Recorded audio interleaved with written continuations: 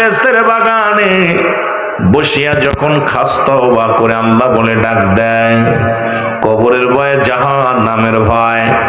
এরে মুসলমান, গত শুক্রবারে রব্বে কারিম এমন একটা ঝাঁকুনি বাংলাদেশে দিল, তারপরও মানুষ মসজিদে যায় না, তারপরও মানুষ কেন পর্দা করে না, তারপরে কেন মানুষ ঘুষ খায়, সুদ খায়, বুঝে আসে না। এর রব্বে কারিম কখন যেন দুনিয়াটা এইরকম শেষ করে দিবে রে। ও বন্ধু শুনে নাও, বান্দা যখন কবরের ভয়, জাহান্নামের ভয়, বান্দা যখন খাস তওবা করে আল্লাহ বলে ডাক দেয়, আমার আল্লাহ রব্বুল আলামিন বান্দার জীবনের সব গুনাহ মাফ করে দেয়। জোরে বলেন মারহাবা। মজার একটা বিষয় যে 14টা বছর মাহফিল হচ্ছে, এই 14 বছরের মধ্যে মানুষ মারা গেছে, এলাকার যত মানুষ, এরা যদি গুনাহ মার্কা মানুষে মারা যায়, মনে কপাল খারাপ। কারণ জান্নাতের বাগানে আসার কারণে সগীরা গুনাহ মাফ। এখানে বইয়া খাস তওবা করে, কারণ নবীদের দরজা বন্ধ। কিয়ামত পর্যন্ত আর কোন নবী আসবে না, কিয়ামত পর্যন্ত তওবার দরজা খোলা। বান্দা যখন পিছনের দিকে না তাকায় সামনের দিকে অগ্রসর হয়, আল্লাহ কত গুনাহ করেছি, কত পাপ করেছি, আল্লাহ আমার জীবনের শেষ মাহফিল, খাস তওবা করে রব্বে কারিমের দরবারে বিনয়ের সঙ্গে, আল্লাহ আমাকে জাহান্নাম থেকে বাঁচাও, আল্লাহ আমাকে তুমি বাঁচাও রব্বে, আমি আর ভুলেও গুনাহ করব না। সুযোগ আসছে মাফের, সেই মাপ যদি গুনাহ না করায়, বাড়ি চলে যায় খালি তাবারক খায়া, বিরিয়ানি খাইয়া, টুপলা টুপলা নিয়ে গেলাম, খাইলাম, আইলাম আর গাইলাম, ভবে কিচ্ছু পাইলাম না, আসলাম আর গেলাম। এই 13 বছরে যদি 13টা করে বাক্য আপনারা শিখতেন, 13টা বাক্য যদি আপনারা আমল করতেন, আমার মন বলে আপনাদের জন্য কতই না উত্তম হতো। জোরে বলেন ঠিক কিনা? আসলে কেউ আইছি তাবারক খাওয়ার জন্য, কেউ আইছি হুজুরে দেখার জন্য, কেউ আইছি হুজুরের গালি শোনার জন্য, কেউ আসছে হুজুরের সুর শোনার জন্য, কেউ আসছে ভাইরাল হুজুরের দেখার জন্য। এই হলো আমাদের অবস্থা। আসলে আমরা একটা খাঁটি নিয়ত করে আসতে হবে যে আল্লাহ, ওই মাহফিলে যেতেছি, জীবনে কত গুনাহ করছি, এই গুনাহ আর বোঝার জন্য ওই জমিনের মধ্যে দাফন হয়ে যায়। আল্লাহ আমাকে তুমি মাসুমের মাসুম বানাইয়া দিও। ধরে নে, ধরে নে, টাসার মার, ধরে টাসার মার। একটু মহব্বতের সঙ্গে জিকির করেন, লা ইলাহা, জবান করলে লা ইলাহা, জনম গরম মনের বেদনা, আয় হায় বুঝাইলে কেউ বোঝে না, বলো আমগারম, আয় হায় বুঝাইলে কেউ বোঝে না, আইরে শোনাইলে কেউ শোনেন না, বলো শোনাইলে কেউ, ও শোনেন শাহে মদিনা, লা ইলাহা, আর জোরে লা ইলাহা। এ দুনিয়ার মুসলমান,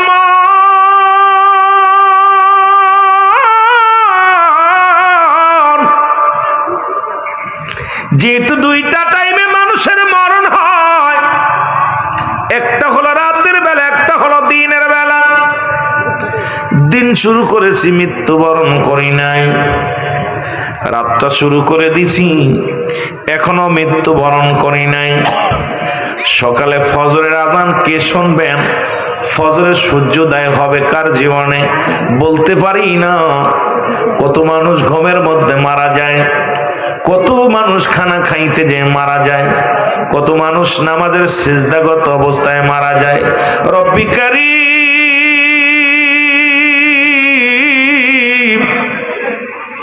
কোন হালাতে আমারে মৃত্যু দিবা গো? যে হালাতেই দাও না কেন আল্লাহ, ওই মৃত্যুটা আমাদের সহজ করে দিও।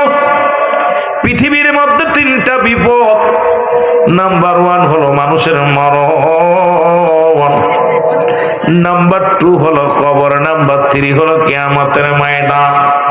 প্রথম বিপদ হলো মানুষের মরণ। এই মরণের পেয়ালা পান করতে হবে, এর মধ্যে কোনো সন্দেহ নাই। হয় আজ না হয় কাল, নাই তো শোনায় পশু। ও মুসলমান, যে কোনো মুহূর্তে পড়ে যেতে পারি। কত টাকাওয়ালা, কত বাড়িওয়ালা এই দুনিয়ার মধ্যে আইলো গো। এই জমিনের মধ্যে কত দামি মানুষ, কত এমপি, কত মন্ত্রী, কত দামিওয়ালা মানুষগুলো ছিল, তারা চলে গেছে। কখন যেন মালাকুল মউত ডাক দেয়, আপনাকেও চলে যেতে হবে, থাকার জায়গা না। রাতটা শুরু করেছি, এখনো মৃত্যুবরণ করি নাই। এই জন্য দুইটা টাইমে যেহেতু মরণ হয়, মাহফিলে বসার আগেই আমরা তওবা করে নিই। সবাই পড়েন আস্তাগফিরুল্লাহ রব্বি মিন কুল্লি যামবিন আতুবু ইলাইহি লা ইলাহা ইল্লাল্লাহু মুহাম্মাদুর রাসূলুল্লাহ আশহাদু আল্লা ইলাহা ইল্লাল্লাহু ওয়াহদাহু লা শারীকা লাহু واشهد ان محمدا عبده ورسوله জোরে জোরে চিল্লায় বলা যাবে না মারহাবা। এখন যদি মরণটা হয়ে যায়, কপাল বালা, যদি তওবা কবুল হয়ে যায়, কারণ আখেরি জামানার নবীর উম্মত হওয়ার কারণে একটা দাম আমাদের আছে, সেটা হলো কোন বান্দা যেখান থেকে গুনাহ করবে সেখান থেকে ক্ষমা চাইলে রব্বি কারীম মাফ করবে। সুবহানাল্লাহ বলেন। চাইতে দেরি, মাফ করতে দেরি না। জীবনে কত মাহফিলে বসলাম, কত গুনাহ, আইরে গুনাহ করছি, কত গুনাহ শেষ নাই। এই গুনার বোঝা মাথায় নিয়ে যদি চলে যায় হাসরের ময়দানে, কেউ কারণ নয়।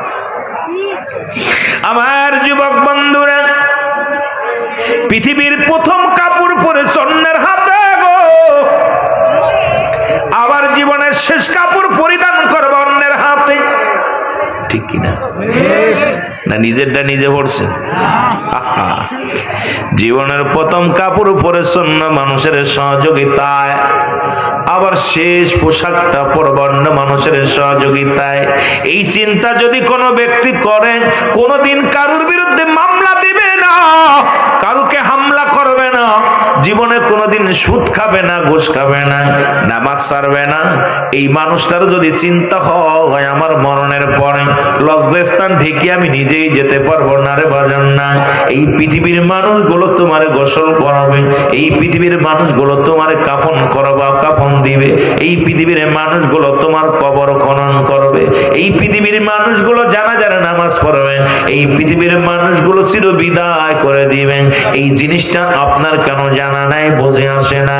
কারণ জীবনের প্রথম কাপড় পরলা তুমি অন্যের সাহায্য,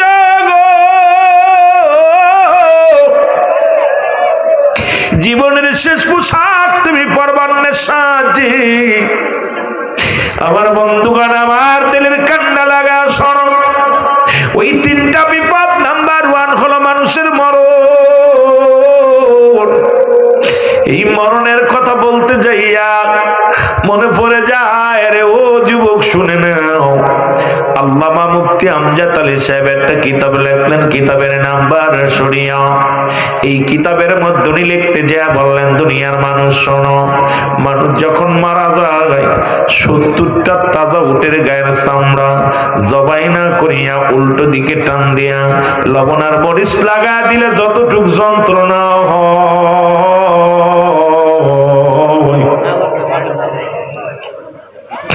আহারে বন্ধুগণ আমার, এর চাইতে 70 গুণ যন্ত্রণা হয় একটা সাধারণ মৃত্যু গো। এখন মরণকালে কত মানুষ পায়খানা করে দেয়, আর ইমাম সাহেব আছে রে, ও মুসলমান শোনো,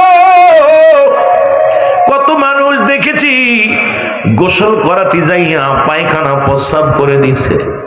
যে মানুষটা মরণের সময় চোখ দুটি বড় বড় হয়ে যায়, যে মানুষটার মরণের সময় মুসলমান জিহ্বা বাইর হয়ে যায়, একটা অঙ্গ বেঁকা হয়ে যায়, এই মানুষটার মরণ কত কঠিন হয়।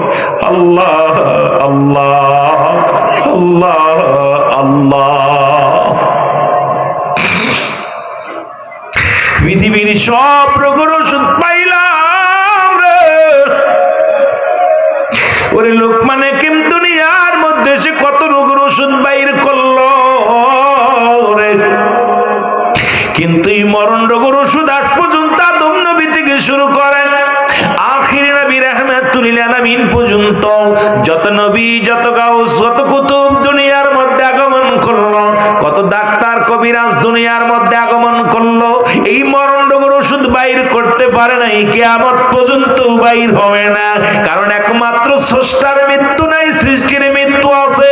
সেই স্রষ্টাকে নিয়ে যারা সমালোচনা করে, যিনি আপনার রব, কুল কায়নাতের রব, আমার দেশে কিছু আউল বাউল, আমার দেশে কিছু বক্তাগণ সেই স্রষ্টাকে নিয়ে গবেষণা করতে যাইয়া এমন একটা পর্যায়ে কথা বলে ফেলে, আমি চাই তাদের একে দিবালয়ে মুসলমান শুনে নাও, এর কঙ্কার মারিয়া দুনিয়া থেকে বিদায় করে দেয়া হোক। জোরে জোরে বলেন ঠিক কিনা?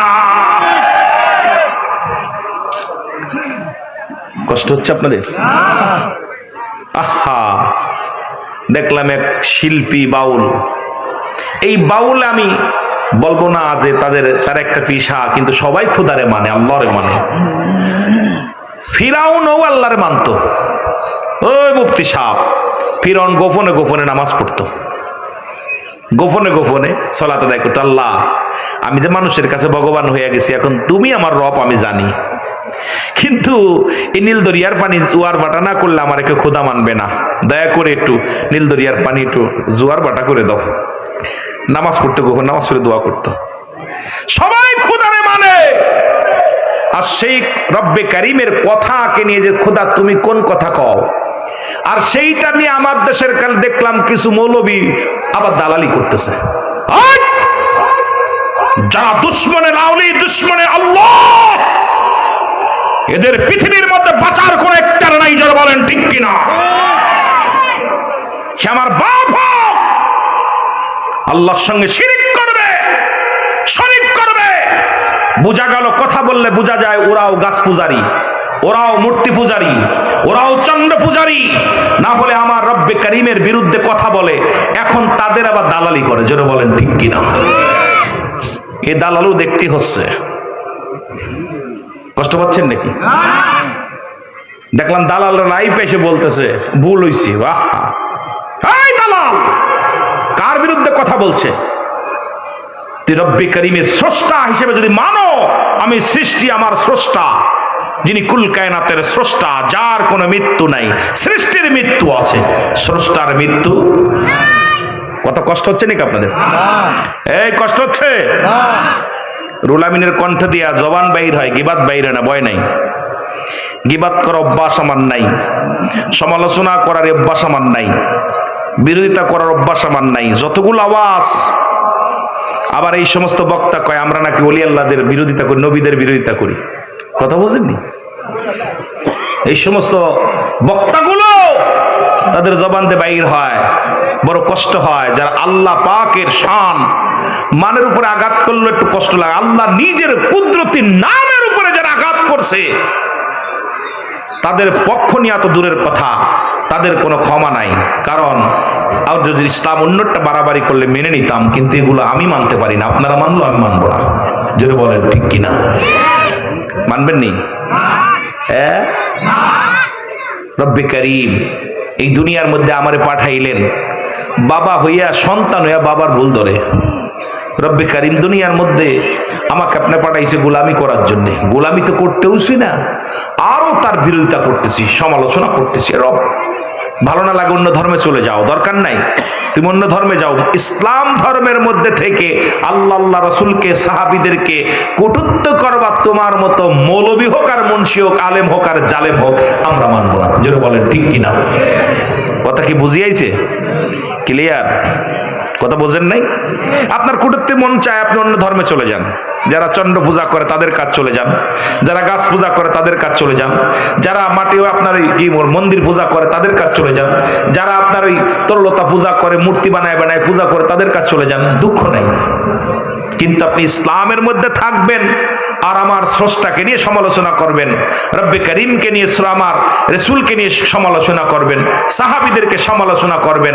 আমি এটা ইসলামকে নিয়ে সমালোচনা করবেন, কোরআনকে সমালোচনা করবেন, কোরআনের ভিতরে ভুল ধরাইতেছেন, এই সাহসটা আপনাকে কে দিছে? কে দিছে আপনাকে? আল্লাহ বলেন যালিকাল কিতাবু লা রাইবা ফীহি। মারহাবা বলেন না। আল্লাহ বলেন এটা সেই কিতাব যে কিতাবের মধ্যে কোনো ভুল নাই। আমার দেশে এমন পাপিষ্ট বক্তা আছে কয় কোরআনের মধ্যে ভুল আছে, কোরআনকে ভুল সংশোধন করা লাগবে। এদের মতো পাপিষ্ট বক্তাগুলো সমাজ জাতি নষ্ট করার জন্য যথেষ্ট। জোরে বলেন ঠিক কিনা? কোরআন মানবে কার? আল্লাহ বলেন হুদাল্লিল মুত্তাকিন। এটা সবার জন্য নয়, একটা মাত্র হেদায়েত প্রাপ্ত বান্দাদের জন্য আছে। এখন যদি বলে সব জাতির জন্য আছে, আমি মানতে পারি না। কেন? যদি আপনি বলেন আমাকে নাস্তিক বলতে পারেন যে হুজুর এটা বলেন কেন? যদি সব জাতির জন্য আসতো তাহলে হিন্দুরাও মানতো, খ্রিস্টানরাও মানতো, নাসারারাও মানতো। আর মুসলমান কোরআনকে ভুল ব্যাখ্যা দেওয়ার জন্য অসংখ্য কাফেররা ছিল। আল্লাহ কমিনান নাস, মানুষের মধ্যে মায়া করো, তারা বলবে আমার না তার ঈমান আনছে বিল্লাহি, আল্লাহর প্রতি, ওয়াবিল আখিরাতের প্রতি বিশ্বাস স্থাপন করছে। ওমা হুম বিমুমিনিন।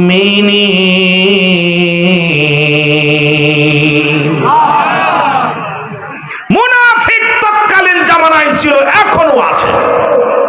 যেটা বলেন ঠিক কিনা? কারণ মুনাফিকদের মুমিন নাস শব্দের অর্থ মানুষ।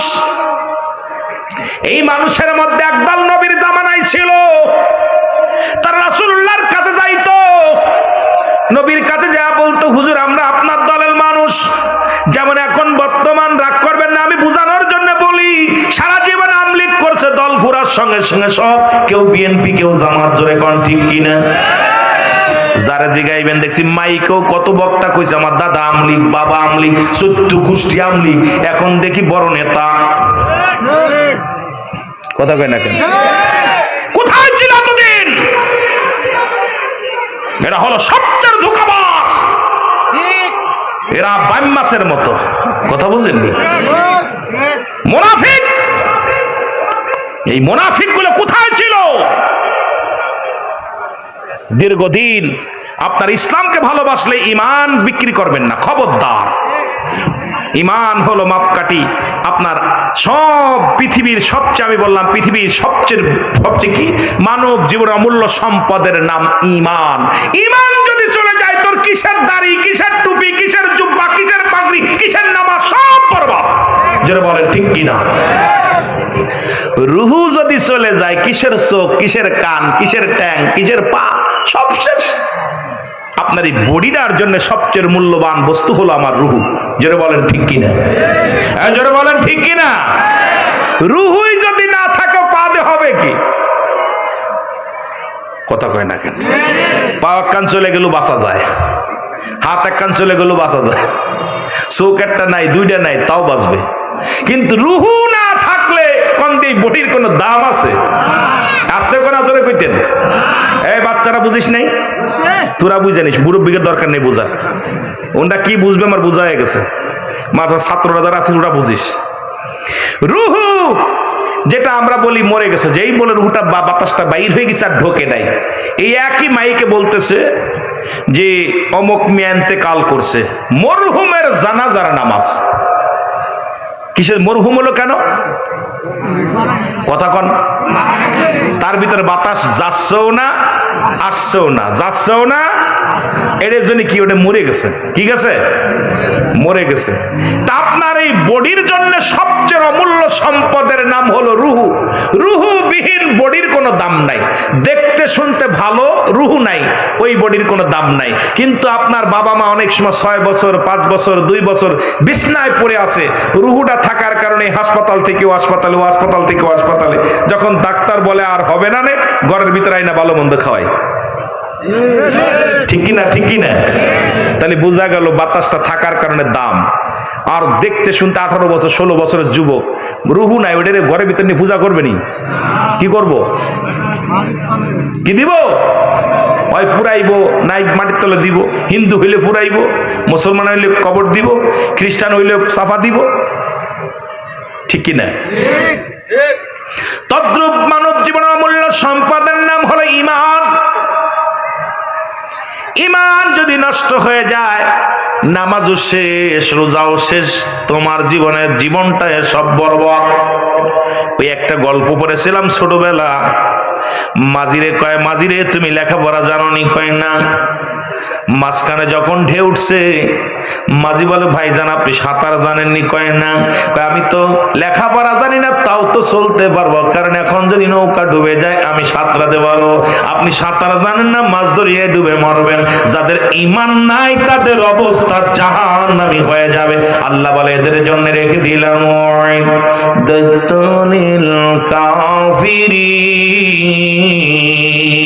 ওই কাফের বেঈমান মুনাফিকদের জন্য আমি আল্লাহ প্রস্তুতি করে রাখলাম 7টা জাহান্নাম। কেডা কেডা যাবেন?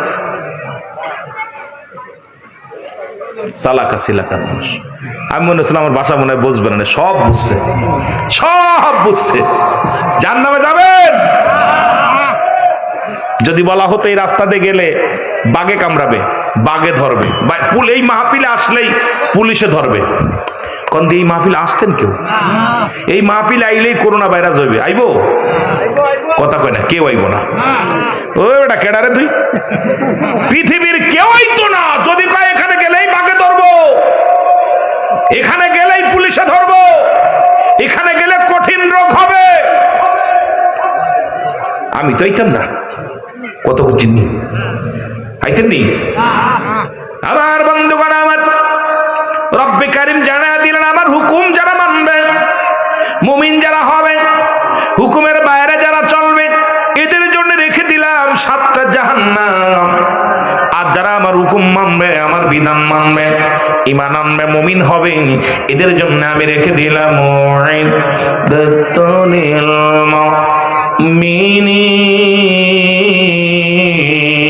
আল্লাহ বলে, আমি মুমিনদের জন্য, মুত্তাকিনদের জন্য রেখে দিলাম 8টা জান্নাত।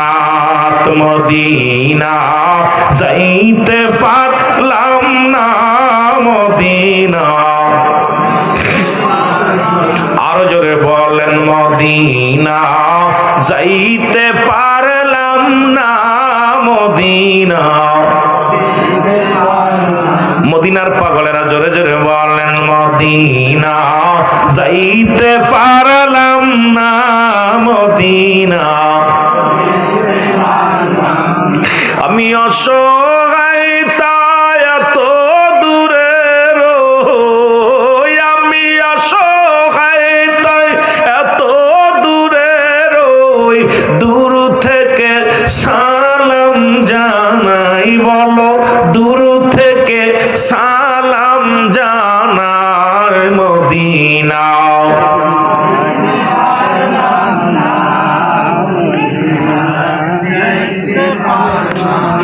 আরো জোরে বলেন, মদিনা যাইতে পারলাম না, মদিনা।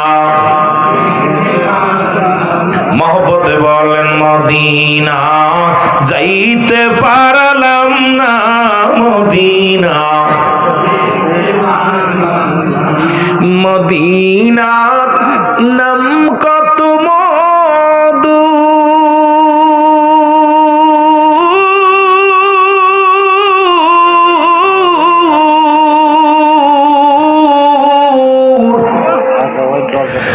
মদিনা আর যে কত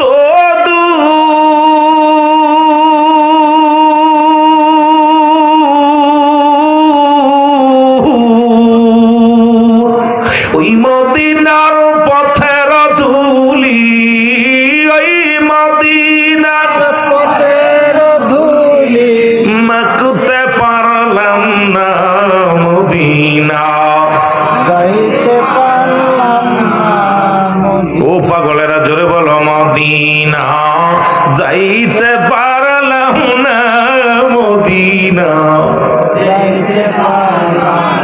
আমি অসহায় তাই এত দূরে রই, আমি অসহায় তাই এত দূরে রই, শুধুই সালাম জানাই, বলো শুধুই সালাম জানাই,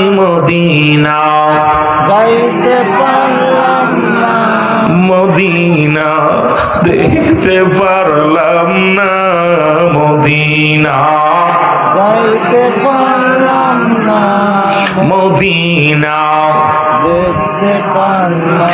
মদিনার নাম কত সুন্দর,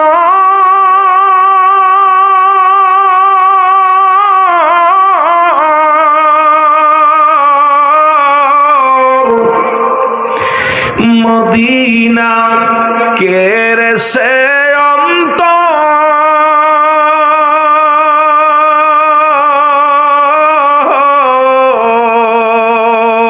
এই গরিব দুঃখের সালাম খানি, গরিব দুঃখের সালাম খানি পৌঁছাই দিও মদিনায়, হায় হায় পৌঁছাই দিও মদিনায়, মদিনা যাইতে পারলাম না, মদিনা দেখতে পারলাম না, মদিনা যাইতে পারলাম না, মদিনা।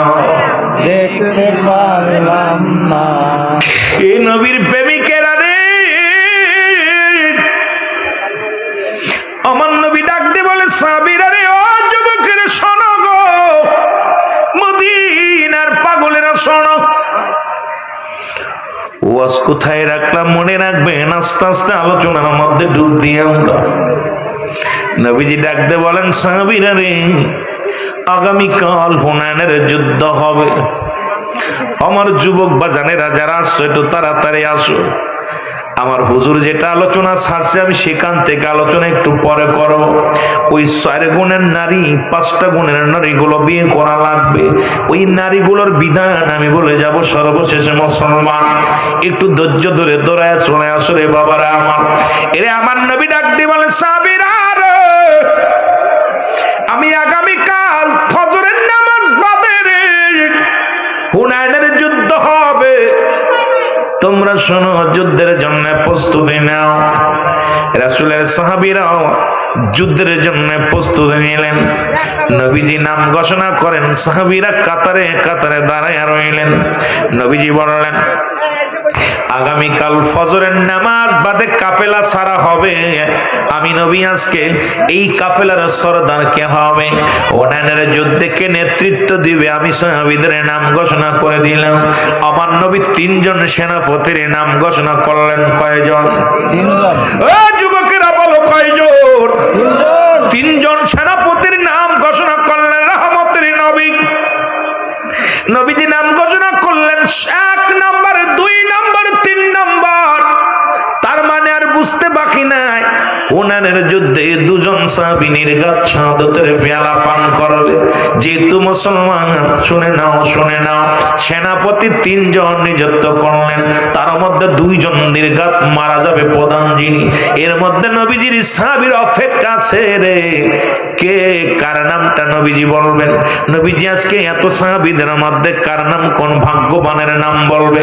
নবীজি গণনা করিয়া নামটা লিখে দিলেন। 1 নাম্বার মুসলমান, শুনে নাও, 1 নাম্বার সেনাপতি, আমি যুদ্ধের ময়দানে ও যুবক 1 নাম্বার সেনাপতির নাম ঘোষণা করলাম। তিনি হলো হযরত হুযায়ফা রাদিয়াল্লাহু তাআলা। জোরে জোরে চিল্লায়া বলা যাবে না মারহাবা।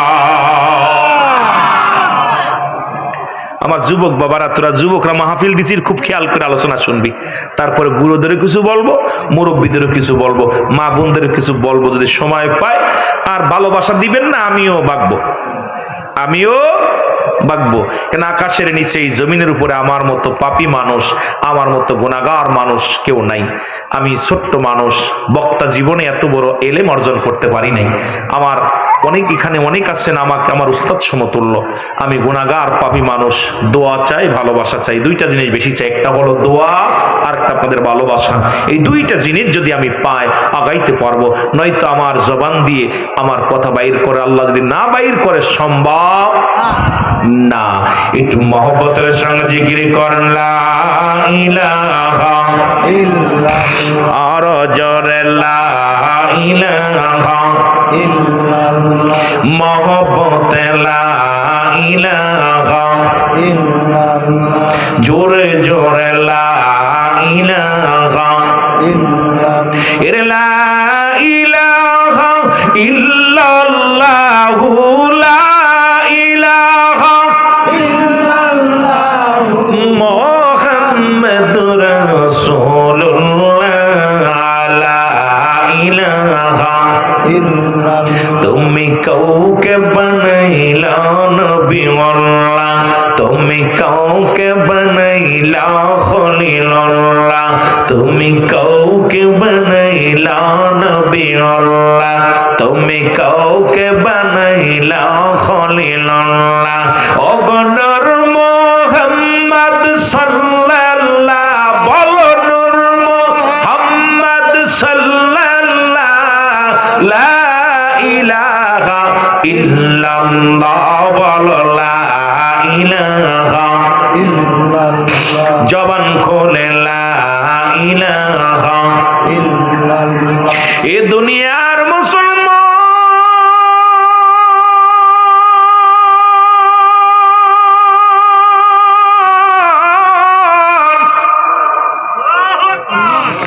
নবীজি বলেন তিনজন সেনাপতির প্রধান সেনাপতির নাম আমি ঘোষণা করলাম। হযরত হুযায়ফা রাদিয়াল্লাহু তাআলা, নবীজির সাহাবীরা বলে হুজুর যার নাম ঘোষণা করলেন ইনি তো আমাদের মধ্যে নাই, ইনার আজকে বিয়ে হচ্ছে নবী গো, মক্কা মদিনার সবচাইতে সুন্দরী নারীর সঙ্গে। আমার মারা একটু ওয়াজটা শুনবা, বাবারাও শুনবা, যুবকেরাও শুনবা। বলো হুজুর আজকে তো হুযায়ফা বিয়ের ফিরিতে বসছে। আমার নবীজি কাগজ হাতের মধ্যে নিলেন, কাগজের মধ্যে লিখে দিলেন হুযায়ফা রে, আগামীকাল হুনাইনের যুদ্ধ হবে রে হুযায়ফা, যুদ্ধের প্রধান সেনাপতি আমি তোমার বানায়া দিলাম, ইতি তোমার নবী রাহমাতুল লিল আলামিন। জোরে জোরে চিল্লায় বলা যাবে না মারহাবা? আস্তে কইতেন না জোরে কইতেন? এই লাইটটা মারতেছে কে? আমি একবার বলছি ধরে আনতে, লিজার লাইটটা মারতেছে কে? মাঝে মাঝে চোখি মারতেছে, মাঝে মাঝে পাশে মারতেছে। এরম আদব বেয়াদব আদব তোদলাকে দেখি নেই। আহারে এ কোন পদার্থ? আরে ছোট হোক ওর বাপ মা অপদার্থ, ওর বাপ মা এটা ভালো কাজে বাধা দেয়, ওরা বাপ মা খোঁজ নেন, ওর বাপ ভালো করে খোঁজ নেন। ওর বাপ মা ধর্মভীরু না, ওর বাপ মা ধর্মভীরু না। ছোট কাল থেকে প্রতিটা সন্তান ফিতরাতের উপরে জন্ম নেয়। বাপ মা কিসের উপরে জন্মর? ফিতরাতের উপরে, ওর বাপ মার ধর্মের উপরে। কিছু ছেলে মেয়ে ছোটবেলা থেকে নামাজ শেখে, কিছু ছেলে মেয়ে ছোটবেলা থেকে বিড়ি টানা শেখে, ঠিক কি না? ওর বাপের বিড়ি ধরায় দেয়, কাব্বা বিড়ি ধরার বাপের বিড়ি ধরাতে যে মুখি ধরায় দিয়ে টান দিয়ে দুই টান দেখায়, ঠিক কি না? ওর বাপের কর্ম যেমন ছেলের কর্ম তেমনি। অসংখ্য বাবাই ভুল করে, ছেলের বিড়ি খাওয়া শিখে। যদি কয় হুজুরের মান নেই, আমি কয় না, কোন ছেলের দেখো বিড়ি কিনায়, বিড়ি নিয়ে আসে, আগুন নিয়ে আসে, কাবা ধরাই নিয়ে ধরাতে যে টান দেয়, জোরে কোন ঠিক কিনা? অনেক সময় এর ডিস্টার্ব, যে আলোচনার মধ্যে ঢুকতেছি ডিস্টার্ব করতেছে।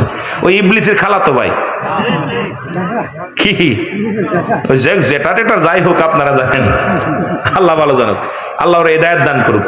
একটু মহাবরে এই যে এত মানুষ হয়েছে, ওর পাচ্ছে না খুঁজের মধ্যে, মারতে এর মধ্যে খুঁজে পাচ্ছে না। এই জায়গা খুঁজে, ওই জায়গা ছিল, ওই জায়গা এন, ওই জায়গাতে কোন দিকে দেখতে হবে। একটু মহব্বতের সঙ্গে দুরূদ শরীফ পড়েন, আল্লাহুম্মা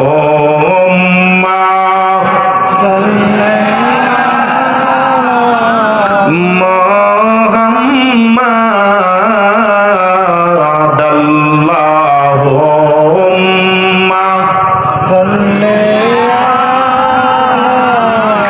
মুহাম্মাদ আলা আলি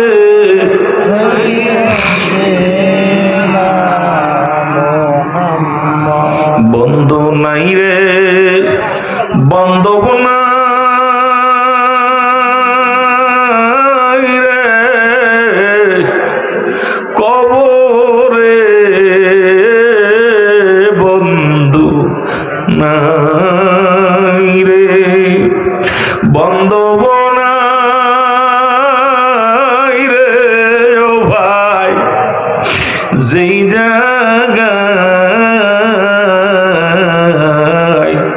সেই জায়গারি বন্ধুগণ মুস্তাফা আল্লাহুম্মা সাল্লি। সবাই একটু মহব্বতে বলেন না, আলা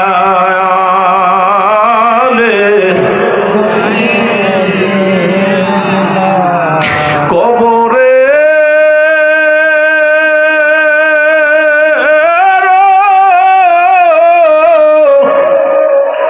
আজাব যদি মানুষ দেখি তো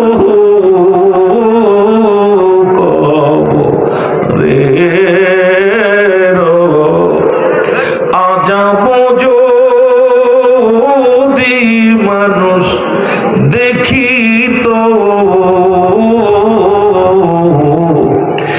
ঘরবাড়ি সারিয়ার পাগল হই তো আল্লাহুম্মা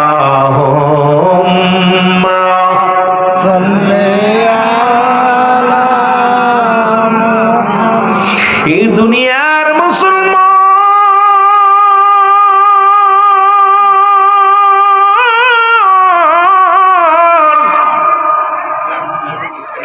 চিঠির মধ্যে লিখে দিলেন, হুযায়ফা রে আগামীকাল ফজরের নামাজ বাদে কাফেলা ছাড়া হবে, কারণ আমার নবী নামাজের প্রতি গুরুত্ব ছিল মুসলমান শুধু। কারণ আল্লাহর নবীর কাছে এক নাম্বার পেয়েছিল নামাজ। এখন নবীর উম্মত বলে দাবি করবা নামাজ পড়বা না, নবীর উম্মত বলে দাবি করবা ঘুষ ছাড়বা না, নবীর উম্মত বলে দাবি করবা সুদ খাবা ঘুষ খাবা, নবীর উম্মত বলে দাবি করবা শুধু দাড়ি চাচবা, আর বলবা আমরা নবীর উম্মত। তোমার মতো বাটপারের জন্য আছে আসল ঠিকানা জাহান্নাম। জোরে বলেন ঠিক কিনা? নবীর উম্মত বলে যদি দাবি করতে হয়, কারণ রাসূলুল্লাহর কাছে চারটা জিনিস প্রিয় ছিল। নাম্বার 1 হলো নবীর কাছে এক নাম্বার প্রিয় ছিল নামাজ। আমার রব্বে কারিম এই জন্য নামাজের গুরুত্ব দিছে, নবীজিও গুরুত্ব দিছে। আমার আল্লাহ রাব্বুল আলামিন নামাজকে ভালোবাসে, এই জন্য রাসূলের পরে নামাজের জন্য নবীরে গুরুত্ব দিতে বলছে। প্রথম দুনিয়া মুসলমান রাত শুরু করেছে আল্লাহ নামাজ দিয়া, দিনও শুরু করেছে আল্লাহ নামাজ দিয়া। দিনের শুরু হলো মুসলমান ফজর, আগে দু নবীরে ভালোবাসো, 2 রাকাত সুন্নাত নামাজ আদায় করো, সঙ্গে সঙ্গে তুমি হয়ে গেলে আমার নবীর প্রেমিক। এবার 2 রাকাত ফরজ নামাজ আদায় করলা, তুমি হয়ে গেলে আমার আল্লাহর গোলাম। মুসলমান এইবার নবীর পক্ষেও থাকলা, আমার রব্বে কারিমের পক্ষেও থাকলা। এবার রাত শুরু করলো আমার আল্লাহ নামাজ দিয়া, রাতের শুরু হলো মাগরিব। বান্দারে 3 রাকাত ফরজ নামাজ তুমি আদায় করলা, সঙ্গে সঙ্গে তুমি হয়ে গেলে আল্লাহর গোলাম। এবার 2 রাকাত সুন্নাত নামাজ তুমি আদায় করলা, সঙ্গে সঙ্গে হয়ে গেলা তুমি নবীর প্রেমিক। এখন তুমি নামাজি পড়ো নাই, কেমনে নবীর উম্মত বলে দাবি করো? নামাজের সাথে সম্পর্ক নাই, নবীর উম্মত বলে দাবি করো, আল্লাহর গোলাম বলে দাবি করো। তোমার মতো বাটপার, তোমার মতো সিটার, তোমার মতো বদমাইশ, তোমার মতো কাজ্জাব, এই আল্লাহর কোনো সম্পর্ক নাই, রাসূলের কোনো সম্পর্ক নাই। জোরে জোরে চিল্লায় বলা যাবে না ঠিক কিনা? রাসূলুল্লাহর কাছে এক নাম্বার পেয়েছিল নামাজ। কি ছিল? নামাজ। আরো জোরে বলেন না। নামাজ। নামাজ নবীজির কাছে এক নাম্বার। আর আল্লাহ দুনিয়া সৃষ্টি করছে যে এই সৃষ্টির মধ্যে রাত আর দিন দিছে। রাতের শুরুই নামাজ, দিনের শুরু নামাজ। জোরে বলেন, দিনের শুরু নামাজ। এখন ফজরের নামাজ কাজা দিয়া তুমি বলবা আমি আল্লাহর গোলাম, নবীর প্রেমিক। ওটা চোর না বাটপার? ওইটা বড় বটপার। জোরে কোন ঠিক কিনা? ও যদি আমি নবীর প্রেমিক, আমি কইটা বাটপার? কেন নবীর হুকুম মানে নাই, আল্লাহর হুকুম মানে নাই। 2 নাম্বার নবীর কাছে পেয়েছিল তার উম্মতগণ। আপনি আপনি যদি এক ভাইয়ের বিরুদ্ধে লেগে যান, মিথ্যা মামলা দেন, ভাইকে কষ্ট দেন, কারণ আপনি আর এক ভাইয়ের মুখের দিকে তাকাইলে মনে করবেন আমার নিজের বডিটা খানা। আজকে আমাদের ভিতরে এত অহংকার, এক মৌলানার সঙ্গে আর এক মৌলানার ভালোবাসা নাই, মিল নাই, এক ভাইয়ের লগে আর এক ভাইয়ের কেন সম্পর্ক ভালো নাই, তার একটাই কারণ হলো বালহুয়া কেলাব। আল্লাহ নবীজি বলেন বালহুয়া কেলাব, এই দুনিয়াটা পচা দুর্গন্ধ মরি মানুষের চরিত্র হলো কুকুরের চরিত্র। কুকুর যেমন দুনিয়ার মধ্যে মুসলমান মরি পাইলে খুশি হয়, সে জামানার মানুষ শুধু সম্পদ পাইলে খুশি হবে। ওরে এক কাপ চার কাছে ইমান বিক্রি করে দাও, একটু সিগারেট কাছে ইমান বিক্রি করে দাও, আর তোমার যিনি বানাইলো তার গোলামি বাদ দিয়া তুমি মানুষের গোলামি শুরু করলা। একবার কি চিন্তা করছো চলে যেতে হবে? এই জায়গাটা থাকার জায়গা না, জোরে বলেন ঠিক কিনা? 3 নাম্বার নবীর কাছে পেয়েছিল তার বিবিগণ। মারহাবা বলেন না, কি গণ? বউ। রাসূলুল্লাহর কাছে 3 নাম্বার পেয়েছিল তার বিবিগণ। তুই মুসলমান বলে দাবি করে একজনের বউ আর একজন ব্যাগে নিয়ে যাও, তুমি কেমন মুসলমান? নবীর উম্মত বলে দাবি করো, তোমার আর এক ভাইয়ের বউটা নিয়ে ব্যাগে চলে যাও, বউ থুয়ে গেছে বিদেশে, দেখে বাড়িতে বউ নাই, তার কারণ হলো তুমি নবীর উম্মত বলে দাবি করো, তোমার মতো সিটার বাটপার আর কেউ নাই, জোরে বলেন ঠিক কিনা? রাসূলুল্লাহর কাছে ছিল প্রিয় তার বিবিগণ, আমাদের কাছে শালী, ঠিক কিনা? আহা, পরের বউ। 4 নাম্বার নবীর কাছে পেয়েছিল সুগন্ধি জিনিস, আমাদের কাছে গাঁজা আর বিড়ি আর সিগারেট, ঠিক কিনা? ঠিক কিনা? নবীর উম্মত বলে দাবি করে। বড় আফসোস, রাসূলুল্লাহর কাছে 4টা জিনিস পেয়ে নবীজির কাছে শেষ ভালোবাসা ছিল। রাসূলুল্লাহ অত্যন্ত ভালোবাসতেন সুগন্ধি জিনিস, আর আমরা বেশি পছন্দ করি ইয়াবা, ফেনসিডিল, মদ, বিড়ি, সিগারেট, গাঁজা, জোরে বলেন ঠিক কিনা? নবীর উম্মত বলে দাবি করবেন? কথা কয় না। নবীর উম্মত বলে দাবি করলে এগুলো খাওয়া যাবে না? কথা বলেন, খাওয়া যাবে? রাসূল খাইছেনি একদিন? হ্যাঁ, মনে বিড়ি জম্মেরটা না টানছে? টানছে? তুমি টানো কেন? নবীর উম্মত বলে দাবি করতে হলে নবীর গুণে গুণান্বিত হওয়ার দরকার আছে কিনা? মুখে মুখে কই নবী আমার নবী আমার নবী, আয় হায়, নবী বলতে বলতে মুখ দিয়া সব বাইর হইতে হইতে মুখ ব্যথা হয়ে যায়, কিন্তু নামাজও পড়ি না, বিড়ি সিগারেট ছাড়ি না, গাঞ্জা মদ ছাড়ি না, পরের মায়ের পাশে সরি না, আর আমরা কই নবীর উম্মত আল্লাহর গোলাম। সবচেয়ে বড় বাটপা, জোরে বলেন ঠিক কি? আমার যুবক বন্ধুরা, দিলের কান্ডা লাগা শোনো গো,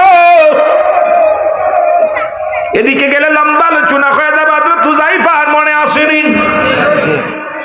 নবী চিঠি লিখে দিলেন, হুযায়ফা রে, আগামীকাল হুনাইনের যুদ্ধে যেতে হবে হুযায়ফা, তোমাকে যুদ্ধের প্রথম সেনাপ্রধান সেনাপতি বানায়া দিলাম, ইতি তোমার নবী রাহমাতুল লিল আলামিন। জোরে জোরে চিল্লায়া বলা যাবে না মারহাবা? হযরত হুযায়ফার কাছে এক ইহুদি এনে পত্রখানা দিলেন। পত্রখানা নেওয়ার সঙ্গে সঙ্গে দেখে রাসূলুল্লাহর নাম, সঙ্গে সঙ্গে বুকের মধ্যে নিলেন, চুমা লাগাইলেন, মাথার মধ্যে ধরে ডাকতে বলে, নবী গো, আমার তো সবে মাত্র বিয়ে হলো, আগামীকাল যুদ্ধের ময়দানে যেতে হবে, প্রথম সেনাপতি আমি, প্রধান সেনাপতি আমি। নবীজির চিঠিখানা পায়া হুযায়ফা দাঁড়ায় বলো, বন্ধুগণ তোমরা শোনো, আমি আর 1টা মিনিট দেরি করতে পারবো না। লোকজনে বলে, হুযায়ফারে পাগলামি করো কেন, এই মাত্র বিবাহ হলো, এখন আনুষ্ঠানিকতা বাদ আছে, শুধু দোয়াটা হবে। ইমাম সাহেবরা দোয়া করে, স্বামী স্ত্রী দুজনের জন্য দোয়া করে দেয়, ইমাম সাহেব পড়েন। যখন কাবিল কলমা কাবিল সব হয়ে যায়, ইমাম সাহেব আনুষ্ঠানিকতা দোয়া করে আল্লাহর দরবারে দোয়া করে দুজনের জন্য, দাম্পত্য জীবন সুখী হওয়ার জন্য, তাদের জন্য দোয়া করে। হুযায়ফা কয়, ভাইরে তোমরা দোয়া করো, আমি রওনা দিলাম, কারণ 1টা মিনিট আর আমার বসে থাকার সময় নেই। জোরে জোরে চিল্লায়া বলা যাবে না মারহাবা? মাইকে লাগেছে কই, একটু আর একটু সাউন্ড বাড়াইতে হবে, মাইকে আও সাউন্ড করতেছে। বন্ধুগণ আমার শোনা নাও, হযরত হুযায়ফা ডাকতে বলে, বন্ধুরা রে, আমি আর একটা মিনিট দাঁড়াইতে পারবো না, একটা মিনিট আর তোমাদের মধ্যে সময় নষ্ট করতে পারবো না। লোকজন বলে হুজাইফা রে, মুসলমান হুজাইফা শ্বশুর ডাকতে বলে বাবা, জীবনে তো আমার মেয়ে কোনোদিন কোনো বেগানা পুরুষের মুখ দেখে নাই, বাবা তোমার সঙ্গে বিবাহ হলো, একটু দাঁড়াও, বউটা দিয়ে নিয়ে যাও, মেয়েটা দেব নিয়ে যাও। হুজাইফা বলে আব্বা জান, আর একটা মিনিট আমার বসার সময় নাই, দাঁড়ানোর সময় নাই, কারণ রহমতের নবী রাহমাতুল আলামিন যুদ্ধের ময়দানে সেনাপতি আমারে বানাইছে, আমার আর সময় নেই, আমি রওনা হয়ে গেলাম। হুজাইফা দৌড় শুরু করলেন, এত জোরে দৌড় শুরু করলেন, দৌড়ায়া রহমতের নবীর সামনে যে সালাম দা, আসসালামু আলাইকুম ইয়া রাসূলুল্লাহ, আসসালামু আলাইকুম ইয়া হাবিবাল্লাহ, আসসালামু আলাইকুম ইয়া রাহমাতাল লিল আলামিন। আমার নবী ডাক দিয়ে বলে হুজাইফা রে, শুনলাম তুমি আইসনি, বলে ইয়া রাসূলুল্লাহ আমি হাজির। নবী কয় হুজাইফা রে, সকালে ফজরের নামাজ বাদে, শেষ নামাজ বাদে, দোয়ার শেষে যুদ্ধের ময়দানে যেতে হবে, তাড়াতাড়ি তুমি প্রস্তুতি হয়ে নাও। হুজাইফার সঙ্গে সঙ্গে মালামাল গোছায় নিলেন, অস্ত্র গোছায় নিলেন, যুদ্ধের সরঞ্জাম গোছায় নিয়ে প্রস্তুতি হয়ে গেলেন। নবী বলেন হুজাইফা রে, ফজরের আযান যখন পড়বে, আযানের পরে জামাতের পরে কাফেলা রওনা দিবে, হযরত বেলাল রাদিয়াল্লাহু তাআলা আযান দিলেন, আসসালাতু খায়রুম মিনান নাও। যখন নামাজ, ঘুম থেকে নামাজ উত্তম বলে ডাক দিল, ও যুবক, আমার নবী ছুটে আসলেন মসজিদে। নবীজি ইমাম, মুসল্লিরা হলো সাহাবীরা হলো মুসল্লি। আমার নবী জামাতের গুরুত্ব দিছে রে। নবী নিজেই বলছে, কোন ব্যক্তি যদি 5 ওয়াক্ত সালাত জামাতের সঙ্গে সময় মতো আদায় করতে পারে, আমি নবী তার হাত ধরে জান্নাতে নিয়ে যাব। এখন মুসলমান শুনে নাও, রাসূলুল্লাহর সঙ্গে যদি জান্নাতে যেতে চায়, নামাজের দরকার আছে কি না? আসেনি? হাত ওঠে নাই তো, কিছু উঠছে কিছু ওঠে নাই, দরকার আছে? নামাজের দরকার নাই, যার যার তার হাত উঠানোর দরকার নাই, যাদের দরকার আছে হাত উঠান। আল্লাহ কবুল করুক, জোরে বলেন আমিন। এই ওদের উঠাও, মোবাইল দাও, এখন সারা রাত জেগে থাকবে না, মোবাইল দিলে দেখো সারা রাত জেগে থাকবে, টিভির সামনে বয়া থাকে, মাহফিলে আইলে ঘুম আসে, কপাল পোড়া। উঠাও, ওয়াজ শোনাও, ওয়াজ মুখস্থ করো, ছেলে আলেম বানাও, জানাজা পড়বে তোমার, নিয়ত করবে আল্লাহ ও যেন আলেম হয়। বারেটে মৌলবীদের জানাজা পড়াবো না, ওরা পড়াবে। কি কন? বারেটে মৌলবীর ওয়াজ শুনবো না, ওরা বক্তা হবে। আমার বন্ধুগণ, আমার গভীর মনোযোগ। হুজাইফা যখন যুদ্ধের ময়দানে প্রস্তুতি নিল গো, রহমতের নবী নামাজের ইমাম হলেন, সাহাবীরা মুসল্লি। নামাজ শেষ হয়ে নবীজি বসলেন সাহাবীদেরকে নিয়ে। এমন সময় একখানা চিঠি নিয়ে একজন ব্যক্তি ছুটে ধরে চলে আসলেন। হুজাইফা রে, চিঠি নাও, চিঠি নাও। চিঠিখানা হুজাইফা খুলে দেখে আমার বিবি লেখছে। বিবি লেখছে, প্রাণের স্বামী, আমি জানি আপনি যুদ্ধের ময়দানে প্রধান সেনাপতি। আমার স্বামী, আমি জানি ইতিপূর্বে আমার নবীজি একের অধিক যত সেনাপতি বানাইছে, কেউ ফিরে আসে নাই। তার মানে আমার আর বুঝতে বাকি নাই, আমার স্বামী নির্ঘাত শাহাদাতের পেয়ালা পান করবে। আমার স্বামীর মুখ আর আমি দুনিয়ায় দেখতে পারবো না। ও আমার স্বামী, নতুন বিবাহ হলো, জীবনে আপনি আমারে দেখেন নাই, আমিও আপনারে দেখি নাই। ও স্বামী,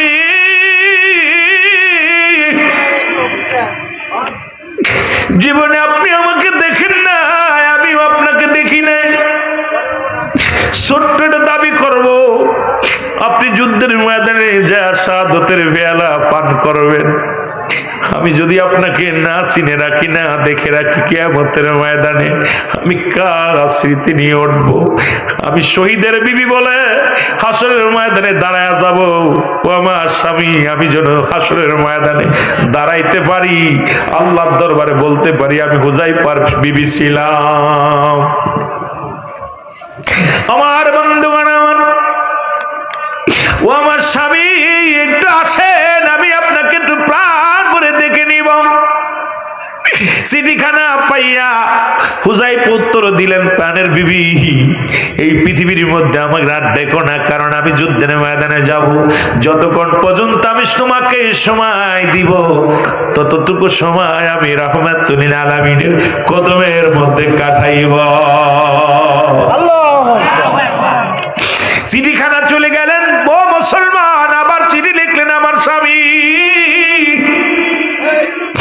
জীবনে কোনো পুরুষের মুখ দেখি নাই, সবে মাত্র আমাদের বিবাহ হলো, দাবি করব আপনি আসবেন, আপনাকে একটু প্রাণ ভরে দেখবো, আপনাকে কোনো ভালোবাসার বিনোদন করবো না, দূর থেকে একটু প্রাণ ভরে দেখে নিব রে স্বামী।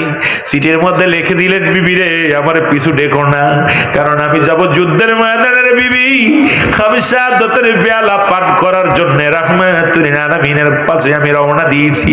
বিবি রে, যদি বেঁচে যাবে হয়তো দেখা হবে না দুনিয়ার মধ্যে, আখিরাতে যেদিন কিয়ামতের ময়দান সংগঠিত হবে, বিবি রে, সেদিন তুমি আমারে চিনে নিও। আল্লাহ।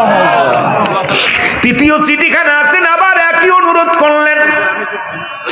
এই চিঠিখানা হুজাইফা হাতের মধ্যে নিয়ে বিবির জন্য একটু মায়া লেগে গেল। আল্লাহ, আমি নতুন বিবাহ করলাম, বিবিরে তো দেখি নাই, বিবিও আমারে দেখে নাই।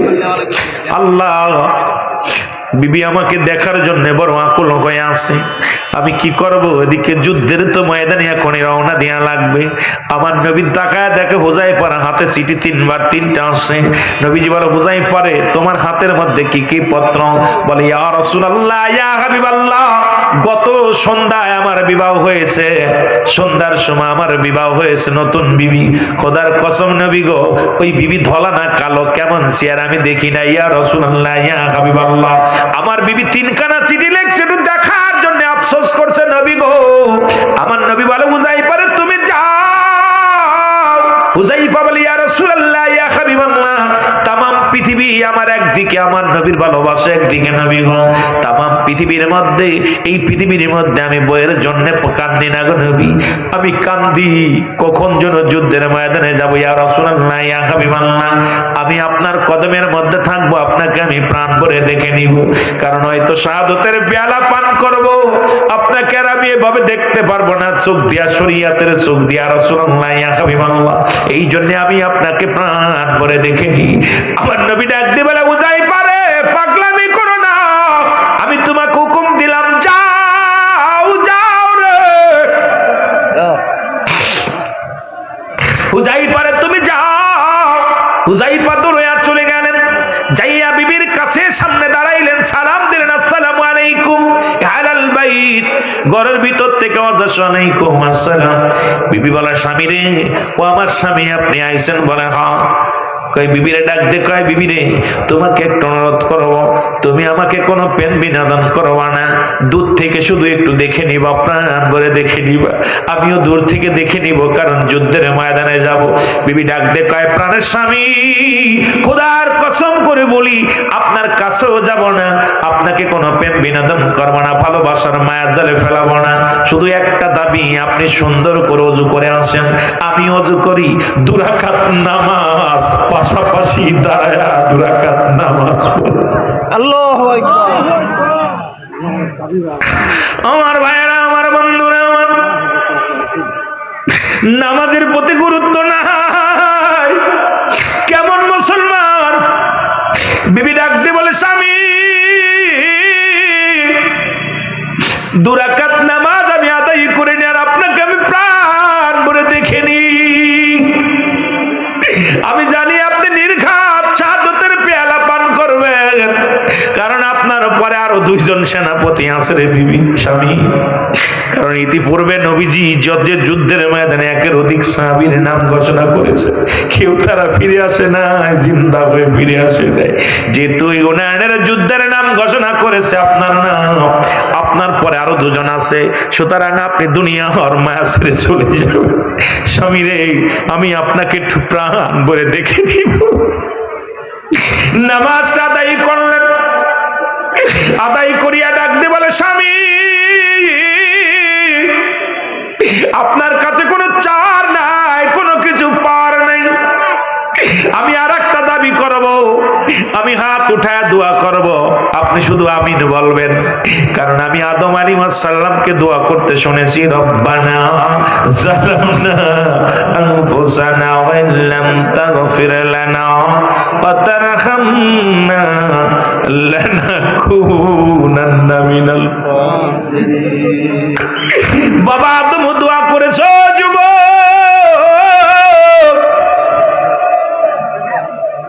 আমার স্বামী রে আমি আজকে দোয়া করব, আপনি শুধু আমিন বলবেন। যা বলার আমি বলবো। হুযায়ফা বলে, বিবি রে তুমি কি চাইবা? আমি কি চাবো আমি বলবো না, আপনি যখন আমিন শুধু বলবেন। হুযায়ফার বিবি হাত উঠে কান্দা, আল্লাহ আমি এক অসহায় নারী তোমার দরবারে হাত উঠে দিলাম। রহমতের নবী আমার স্বামীকে যুদ্ধের নাম ঘোষণা করেছে।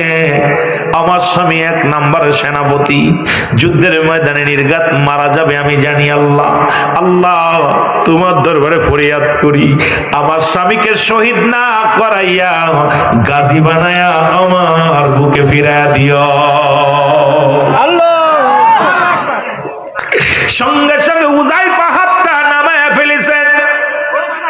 বিবি কয়, স্বামীর আপনি করলেন কি? এখনই তো দোয়া কবুল হয়ে যাবে, কারণ আমি সতী নারী। জীবনে কোনোদিন আমার ভাই যে আলোচনা করতেছিল মুসলমান 5টা গুণের গুণন 4টা গুণের গুণান্বিত, তার মধ্যে 1 নাম্বার গুণ হলো সতীত্ব, আমানতদারী নারী, 2 নাম্বার পর্দাশীলতা নারী, 3 নাম্বার আমলদারী নারী, 4 নাম্বার গুণবতী রূপবতী নারী। আজকে এই গুণবতী আমার ভাইকে ধন্যবাদ জানাই, আলোচনার এত সুন্দর বিষয় আলোচনা করা শুরু করেছিল, যদিও সময় পায় না। আজকে আমাদের মধ্যে, আজকে আমাদের মামাতো ভাই, খালাতো ভাই, ফুফাতো ভাই সব সতীত্ব শেষ করে দিছে। আজকে দুনিয়ার মধ্যে যুবক, খালাতো ভাইয়ের চেহারা দেখা হারাম, মামাতো ভাইয়ের চেহারা দেখা হারাম, ফুফাতো ভাইয়ের চেহারা দেখা হারাম, চাচাতো ভাইয়ের চেহারা দেখা হারাম, দেওরের মুখ দেখা হারাম।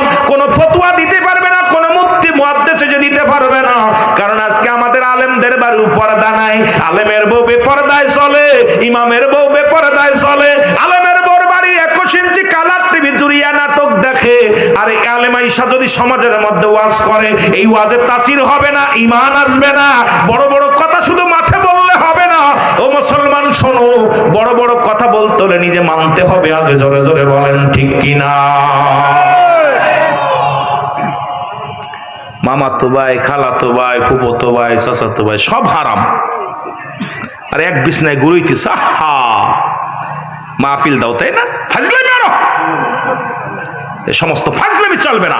ইসলাম কিছু মানবা কিছু মানবা না, ইসলামের বিধান ভালো লাগে না অন্য দলে চলে যাও। আমি বারবার বলি, হিন্দু হয়ে যা, খ্রিস্টান হয়ে যা, কেউ তোরে বলছে ইসলামের মধ্যে থাকতে। ইসলামের মধ্যে থাকলে ইসলামের বিধান মানা লাগবে। কালেমা, নামাজ, রোজা, হজ, যাকাত, এই যে 5টি স্তম্ভ আপনাকে মানতেই হবে। কালেমা পড়েছেন, নামাজ আপনাকে পড়তেই হবে। তুমি দাঁড়িয়ে পড়ো, না পড়লে বয়া পড়ো, বয়া না পড়লে হুইয়া পড়ো, হুইয়া না পড়লে ইশারায় পড়ো। বিধান, ইসলামের বিধান মানবার মন মতো চলবা। ওয়াজাইয়া বইবা, বিরিয়ানি খাইবা, দরকার নাই, প্রয়োজন নাই। কষ্ট হচ্ছে আপনাদের? আমার কষ্ট হয়, মাঝে মাঝে খুব কষ্ট হয়, দুঃখ লাগে যে কালেমা পড়েছি, কালেমা পড়ার সঙ্গে সঙ্গে আমি মুসলমান। প্রতিটা নরনারীর জন্য সাবাল্যক সাবাল্লিকা নামাজ ফরজ। সাবাল্যক সাবাল্লিকা নামাজ ফরজ। কোন আইনে তুমি না কাজা করবা আমাকে দেখাও না। সফরে আসো 4 জায়গা 2, আহা আল্লাহ কত ব্যবস্থা, কত সুন্দর। পানি নাই তাইমুম করো, কত সুন্দর ব্যবস্থা। আর এই ব্যবস্থাগুলো আমি এত আশ্চর্য হয়ে যায়। রব্বে কারিম বাঁচার জন্য আদর করে মানুষগুলো বানাইছে যাতে জাহান্নামে না যায়। জান্নাত জাহান্নাম বানাইয়া ভয় দেখাইছে, এটা করলে জান্নাত, এটা করলে জাহান্নাম। এরপরও আমাদের জ্ঞান আসতেছে না। এত ওয়াজ হচ্ছে বাংলাদেশে, প্রতিদিন 14 বছর ওয়াজ করতেছি এই মহফিলে। মসজিদ পাকা হয়েছে, ইমান ফাঁকা হয়েছে, জোরে বলেন ঠিক কিনা? আগে মসজিদ ছিল কাঁচা, এলাকার মুরব্বীদের ইমান ছিল পাকা, আর এখন মসজিদ হচ্ছে পাকা, যুবকদের ইমান একেবারে ফাঁকা। কি ঠিক কিনা? আগের মুরব্বীরা মসজিদে নামাজ পড়ে অপেক্ষা করতো, কোরআন তেলাওয়াত করতো, কত সুন্দর লাগতো। আমি দেখছি আমার দাদারে বয়া বয়া সহি দেখতো না, চশমা সহি দিয়া বয়া বয়া বয়া বয়া তেলাওয়াত করতো। আহা, আমার বাবারে দেখছি, চাচাকে দেখছি, এখনো দেখি বয়া বয়া কোরআন। এখন ফজরের নামাজেই যায় না, যাও যায় সালাম ফিরের আগেই দৌড়। জোরে বলেন ঠিক কিনা? ইমাম সাহেব আসসালামু আলাইকুম ওয়া রাহমাতুল্লাহ, আসসালাম মুখর আগেই ওরে মারে না, পিছনে সব বাকছে। ইমানের মাপকাঠি, অবস্থা খুব খারাপ। আমার বন্ধুগণ, আমার গভীর মনোযোগ। হুযায়ফা হাতটা নামায় ফেললেন, ডাক দিয়ে কয়, স্বামী আপনি কি করলেন? কারণ আমার রব্বে কারিম দোয়াটা কবুল করতে আপনি করলেন কি? স্বামী রে ডাক দেখো, হে বিবি রে, আমার নবীজি নাম ঘোষণা করছে সেনাপতি 1 নম্বর, সুতরাং আমি শাহাদতের পেয়ালা পান করব। তুমি আমার রব্বে কারিমের কাছে কেন ফিরায় আনো রে বিবি? বিবি রে, আমি মানতে পারি না, মানতে পারি না। আমার মন চায় ইসলামের পক্ষে থেকে, কোরআনের পক্ষে থেকে সত্য ইসলামের ধারক বাহক হইয়া শাহাদতের পেয়ালা পান করে জীবনটা দিয়া দিব। জোরে বলেন মারহাবা। হুযায়ফা ছুটে চলে আসলেন, বিবিকে বলে সালাম। বিবিরে বিদায় বিদায়। বিবির কাছ থেকে বিদায় নিয়ে চলে আসলেন। হুনানের যুদ্ধে প্রথম শহীদ হলেন হযরতে হুযায়ফা রাদিয়াল্লাহু তাআলা। আল্লাহু আকবার। আল্লাহ। যুদ্ধের ময়দানে যে শহীদ হয়ে গেলেন, 2 জন সেনাপতি শহীদ হলেন। প্রথম জন, দ্বিতীয় জন, তৃতীয় জন ডাকলেন, যুদ্ধ করলেন। নবীজি লাশগুলো এনে রাসূলুল্লাহর সামনে আনা হলো। হুযায়ফার বিবি পাগলের মতো ছুটে আসলেন। ছুটে এসে বলি, ইয়া রাসূলুল্লাহ, ইয়া হাবিবাল্লাহ, আমি আমার স্বামীর মুখ মোবারক, চেহারা মোবারক দেখবো। রাসূলুল্লাহ দেখাইলেন, স্বামীর মুখখানা দেখাইলেন। আর স্ত্রী প্রতিজ্ঞা করলেন, স্বামী রে, আমি আপনার আমানত রক্ষা করে জীবনে আর কখনো মাথা বিক্রি করব না। আর আমাদের বিবিগুলো বাড়ি থেকে বিদেশে গেলে 3 মাস পরে এসে বউ পাওয়া যায় না, 1 বছর পরে এসে বউ পাওয়া যায় না, 2 ছেলে মেয়ে থুয়ে যায়, তাদের কেউ থুয়ে বেগে যায়। আরে মহিলারা শোন, স্বামীর আমানত নষ্ট করো। এই স্বামীর আমানত নবীজি নিজে বলছে, 2টা জিনিস যে ব্যক্তি হেফাজত করবে, একটা হলো 2 গালের মধ্যবস্তু, আর একটা হলো 2 পায়ের মধ্যবস্তু। একটা হলো পুরুষ লিঙ্গ, স্ত্রীলিঙ্গ, আর একটা হলো জিহ্বা। এই 2টা ব্যক্তি, যে ব্যক্তি কন্ট্রোল করতে পারবে, আমি নবী তার হাত ধরে জান্নাতে নিয়ে যাব। আমার বাবারা, এখন শুনে নাও, তোমার স্বামীর আমানত নষ্ট করে অন্য পুরুষকে বিলিয়ে দিলা, খোদার কসম, খোদার কসম, ইয়াউমাল কিয়ামতের ময়দানে কঠিন আযাবের সম্মুখীন হবা। কারণ এই দুনিয়ার মধ্যে যেটা তোমার হক, এটা অন্যের জন্য নয়। তোমার ভাইয়ের হক নষ্ট করলা, তোমার স্বামীর হক নষ্ট করলা। আমি যখন অন্য মহিলার কাছে যাব, তখন ওই মহিলার হক, তার স্বামীর হকটা নষ্ট করলাম, আমার নিজের সতীত্ব হারাইলাম। নবী যেমনি কথা বলেন নাই, 1 শ্রেণী মহিলাদের লজ্জাস্থান দিয়ে আগুনের ফুলকে ঢুকানো হবে, আর 1 শ্রেণী পুরুষের লজ্জাস্থান দিয়ে আগুনের, আর পুরুষের লজ্জাস্থান দিয়ে আগুনের ফুলকে বাইর হবে। যে সমস্ত যুবকেরা অন্য নারীদের প্রতি আসক্ত হয়ে যাবে, অন্য, আজকে তোরা মোবাইলে কথা বলে প্রেম প্রীতি কর, খোদার কসম, খোদার কসম শুনে নে, এই দুনিয়ার মধ্যে যে সমস্ত পুরুষ অন্য বেগানা নারীর দিকে আসক্ত হয়ে যায়, খোদার কসম শুনে নে, তাদের লজ্জাস্থান দিয়ে আগুনের ফুলকি ঢুকানো বাইর হবে। কিয়ামতের ময়দানে আগুনের ফুলকি বাইর হবে। আর যে সমস্ত মেয়েরা পুরুষকে আকর্ষণ করার জন্য সাজুগুজু করে কলেজ স্কুলে যায়, রাস্তা দিয়ে ঘোরাঘুরি করে, অন্য পুরুষকে, নিজের স্বামী ব্যতীত অন্য পুরুষকে খুশি করার চিন্তা করে, কিয়ামতের ময়দানে এই সমস্ত মহিলাদের লজ্জাস্থান দিয়ে আগুনের ফুলকি ঢুকানো হবে। এখন আমার মারা যারা ওয়াজ শুনতে আইছিস, এরপরও যদি হেদায়েত না হোস, তোদের কপাল মন্দ, তোদের কপাল মন্দ, তোদের কপাল মন্দ। জোরে জোরে চিল্লায় বলা যাবে না, ঠিক কিনা? কোন দেশে ওয়াজ করব? যে দেশে পতিতালার লাইসেন্স দেয়, মদের লাইসেন্স হয়, সে দেশে কি ওয়াজ করব? কোন দেশে ওয়াজ করব? উচিত কথা কইলেই বিপদ। কষ্ট পান আপনারা? এই কষ্ট হচ্ছে? আমার বন্ধুগণ, আমার হুযায়ফা বলে, হুযায়ফার বিবি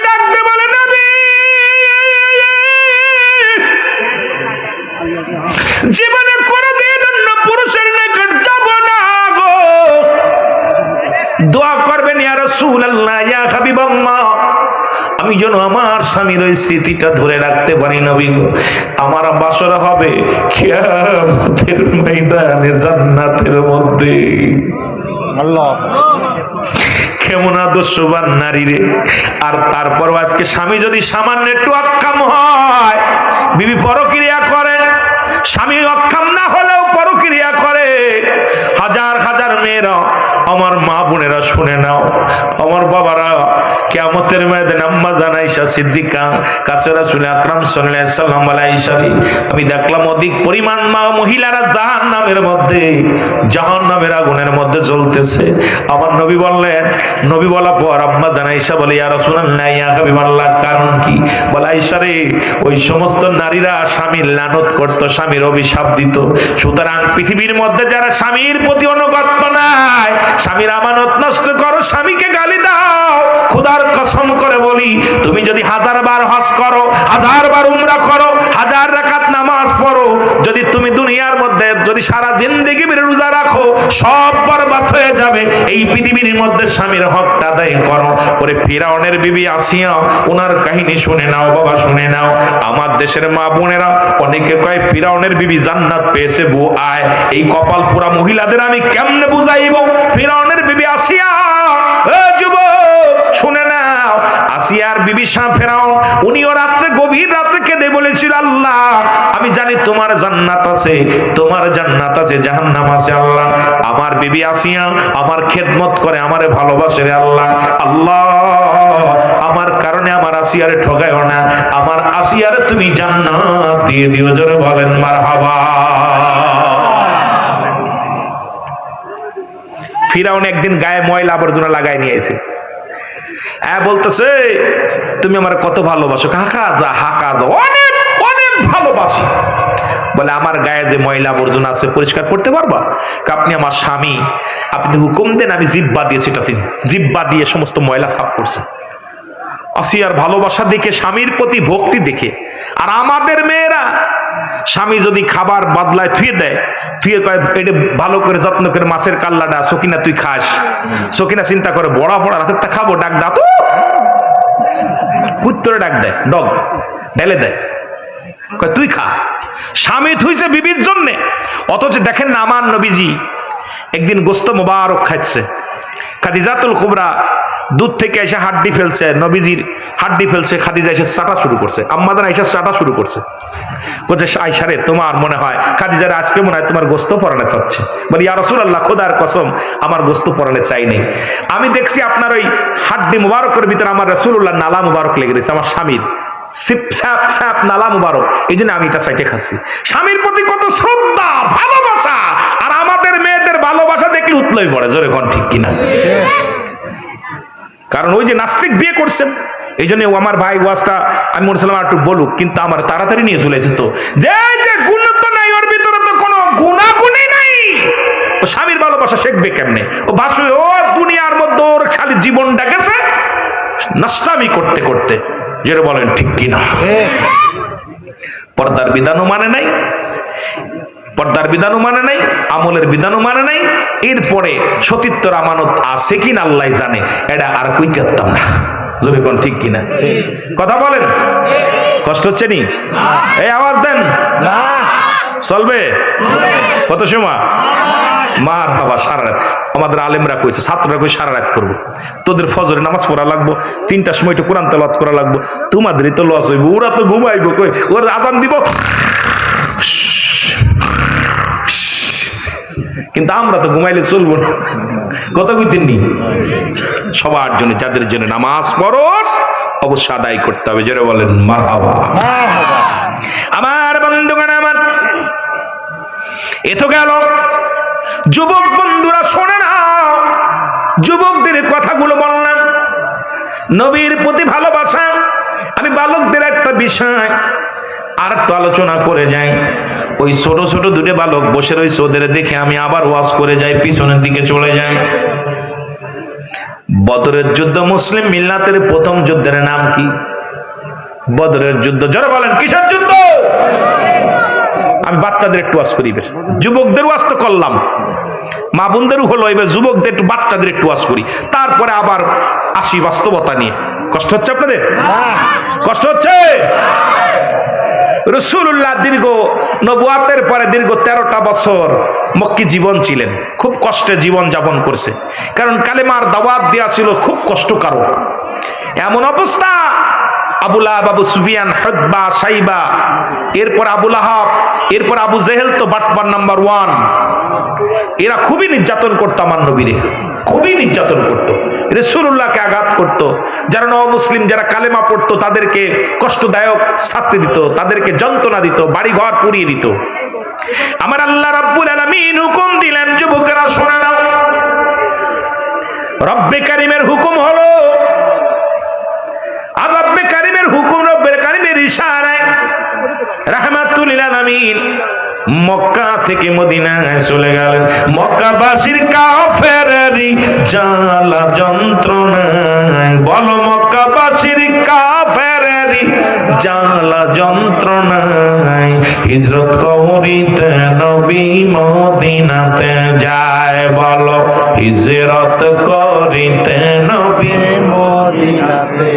আরো জোরে বলেন, মক্কাবাসীর কাফেরেরই জ্বালা যন্ত্রণায়, বলো মক্কাবাসীর কাফেরেরই জ্বালা যন্ত্রণায় হিজরত করিতে নবী মদিনাতে যায়, বলো হিজরত করিতে নবী মদিনাতে। রাত্র যখন নিশির হলো,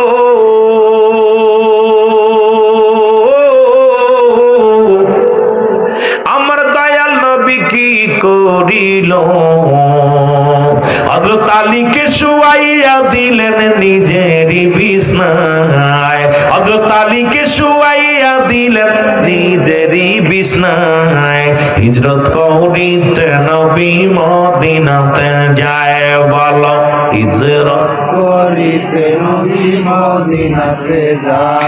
রাত্র যখন গভীর হলো, আমার দয়াল নবী কি করিল, ওই মক্কাসির মদিনাতে রওনা হয়ে যায়, বলো মক্কাসির মদিনাতে রওনা হয়ে যায় হিজরত করিতে নবী মদিনাতে যায়, বলো হিজরত করিতে নবী মদিনাতে। রাত্র এখন নিশির হলো,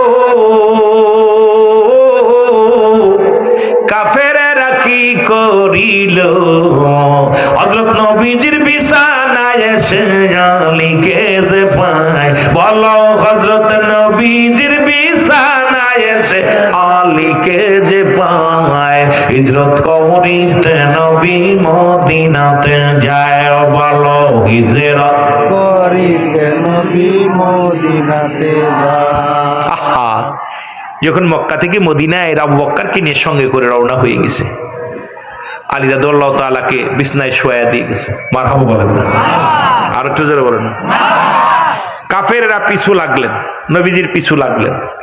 রাসূলুল্লাহ কিছু দূর যাইতে যাইতে একটা গুহায় আশ্রয় নিলেন, কাফেররাও পিছে পিছে, কাফেররাও পিছে পিছে। আমার যুবকেরা বদরের যুদ্ধের কথা বলতে যে একটু পিছনে চলে আসছে। যখন আবু বকর বলে, ইয়া রাসূলুল্লাহ, ইয়া হাবিবাল্লাহ, আমাদের পিছে তো শত্রু লাগছে। নবীজি বলেন, আবু বকর ভয় পাও কেন, আমরা তো দুজন নয়, আমাদের সাথে কে আছে? এই ইমানদারের শক্তি কে? একটু জোরে বলা যাবে কে? ইমানদারের দুইটা শক্তি, একটা হলো আমার আল্লাহ, আর একটা হলো মুহাম্মাদুর রাসূলুল্লাহ। জোরে বলেন না মারহাবা। ইমানদারের অস্ত্র লাগে না, ইমানদারের লাঠি লাগে না, ইমানদারের বোমা লাগে না, ইমানদারের ক্ষেপণাস্ত্র লাগে না। ইমানদার যখন আল্লাহ আল্লাহ রসুলকে মহব্বত করে বুক পেতে দেয়, কারণ দুনিয়ার পরোয়া করে না, তারা দুনিয়ার প্রাধান্য দেয় না, দেয় জান্নাতের আখিরাতকে প্রাধান্য দেয়। জোরে বলেন ঠিক কিনা? আর মুনাফিক দুনিয়ার প্রাধান্য দেয়। মুনাফিকরা দুনিয়ার প্রতি লালাসিত, কারণ ওর মরাবিলে ভয়, কারণ ও তো আর ইমানদার মরাবিলে ভয় না, ওরা দুনিয়া তো ক্ষণস্থায়ী। ওদের চিন্তা হলো যে এই দুনিয়াটা আমার ক্ষণস্থায়ী, যত থাকবো তত পাপের রাজ্যে ডুবে যাব, যত আগে যেতে পারবো ইমান নিয়ে যেতে পারবো। যারা বলে ঠিক কিনা? ইমানদার আর মুমিনের ইমানদার কাফেরদের মধ্যে পার্থক্য হলো এটা, কাফেররা দুনিয়ার মুখাপেক্ষী, ইমানদার আখিরাতের মুখাপেক্ষী। জোরে বলেন ঠিক কিনা? পরবারের মুখাপেক্ষী। কথা বোঝেন? রাসূল পাক সাল্লাল্লাহু আলাইহি ওয়াসাল্লাম মক্কা থেকে মদিনায় চলে গেলেন। আপনার বাবারা আমার গভীর মনোযোগ, কাফেররা ধীরে ধীরে ধীরে ধীরে কবুতরে আইয়া বাসা বানাইলেন গুয়ার উপরে। কবুতরে বাসার মধ্যে ডিম উপারলেন, ডিম উপার তা দিতেছে, মাকড়সা বাসা বানাইছে। কাফেররা আইয়া দেখে কিরে ঘটনা কি, মনে হলো ঢুকছে নবীজি মিন্দে, কিন্তু মাকড়সা বাসা বানাইলো, বাসা ছেড়ে নাই। বাসা যেহেতু ছেড়ে নাই, ভিতরে যদি কোনো মানুষ ঢোকে তাহলে তো বাসা ভেঙে যাবে, ভাঙে নাই। এরপরে কবুতর ডিম পাড়তেছে মুখের মধ্যে বইয়া, কবুতর ওড়ে নাই, যাই নাই, ওরা চলে গেল। রাসূলুল্লাহ ওখান থেকে উঠে, আর ওখানে একটা ওই আপনারা সাপের একটা গল্প শুনছেন, যে সাপ রাসূলকে দেখার জন্য অপেক্ষায় ছিল। এই গর্তের মধ্যে অনেকগুলো গর্তের মধ্যে গুহা ছিল, ফোঁটা ছিল। এটা আবু বকর সব বন্ধ করলেন, আর একটি পাগড়ি মোবারক দিয়ে সব ছিদ্রা বন্ধ করলেন, একটা পা দিয়ে বন্ধ করে রাখলেন। রাসূলকে দেখার জন্য সব আগ্রহ হয়ে আছে। যখন ঢুকতে দেয় না, আবু বকর পায়ের মধ্যে কামড় দিছে। নবী আবু বকরের চোখের পানি পড়ছে জমিনের মধ্যে। এইবার রাসূলুল্লাহর গায়ের মধ্যে নবীজি উঠে কয়, আবু বকর কি খবর, কাঁদছো কেন? কয় হুজুর সাপে কামড়াইছে। নবীজি থুতু মোবারক দিছে, সঙ্গে সঙ্গে সাপের বিষ পানি হয়ে গেছে। জোরে বলেন সুবহানাল্লাহ। তাদের মুখ ছিল পবিত্র, আর আমাদের মুখ গাঁজা খাবা, মদ খাবা, মিথ্যা কথা বলবা, আর এই মুখ দিয়া থুতু দিবা। আহা! আমার ভাইরা, আমার বন্ধুরা, আমার মদিনায় যখন গেলেন নবীজি, মদিনার বুকে যখন রওনা হয়ে গেলেন, প্রথম মসজিদ বানাবে নবীজি হিজরত করে যাওয়ার পর। আইব আনসারীকে ডাক দে, বলে আনসারী রে, আমি একখানা মসজিদ বানাইব, আজকে মসজিদ উন্নয়ন প্রকল্পের মাহফিল, খেয়াল করবেন। নবীজি বললেন, আমি একটা মসজিদ বানাইব। কি বানাইবো? মসজিদ। তার মানে নামাজের জায়গা আগে, আমাদের যুগে আগে যারা মুরব্বীরা ছিল, মেহমান বাড়ি গেলে আগে যায় নামাজ খুঁজতো আর ওজুর পানি। আর এখন বড়া ফড়ারা বাড়ি যে ওয়াইফাই আসেনি, আর ব্যাটারি চার্জ দাও, মোবাইলে চার্জার আসেনি, ঠিক কি না? এখন আর আগেতে শ্বশুর জামাই বাড়ি গেলে কত মারে, ওজুর পানিটা যায় নামাজটা দে, ঠিক কি না? যায় নামাজটা দে। আর এখন কায় মারে, ওয়াইফাই আসেনি রে, একটু কানেক্ট করে দে, কানেক্ট করে দে। বুড়ো মানুষ এটারও কানেক্ট করে দিতে হইব। কি ভাই, ঠিক কিনা? রাগ করেন না? আমি কি মিছা কথা কইছি? না। এখন আর যায় নামাজ খোঁজে না, এখন আর বাড়িতে যে কার যায় নামাজ খোঁজে না, খালি চার্জারে ফোন মোবাইল শুকিয়ে গেছে, চার্জ পুড়ে গেছে, এখন দরকার হলো চার্জারে, চার্জে ঢুকা আর কানেক্ট কর। আহা, সব ডিজিটাল করতে করতে দেশটার অবস্থা খারাপ। আমার ভাইয়েরা, আমার বন্ধুরা, আমার সিদ্দিক আকবর বললেন, ও মুসলমান সঙ্গে, নবীজি বললেন, সাহাবীরা রে, আমি একটা মসজিদ বানাতে চাই। কার ঘর? আরো জোরে বলেন, কার? আল্লাহর। না, এরকম ঘর, এই যে আপনাদের মসজিদের কার ঘর? আল্লাহর। মনে হয় মোহাম্মদ আহমদ আলীর বাড়ির ঘর। কার ঘর? আল্লাহর ঘর। আল্লাহর ঘর। সাহাবীদের মধ্যে একজন ছুটে আসলেন, যিনি আমার রাসূলকে প্রথম স্থান দিয়েছিলেন, তার বাড়ি। এই সাহাবীর নাম হলো আইয়ুব আনসারী। উনি ডাকতে বলে, ইয়া রাসূলুল্লাহ, ইয়া হাবিবাল্লাহ, আপনি আল্লাহর ঘর বানাইবেন, আমার বাড়িটা আপনাকে দান করে দিলাম। কি দান করে দিছে? বাড়িটা দান করে দিলাম। চিন্তা করেন কিন্তু যুবকেরা, কি দান করছে? নবীজি বলতেছে, আনসারী, তুমি যে বাড়িটা দান করে দিলা, থাকবা কোথায়?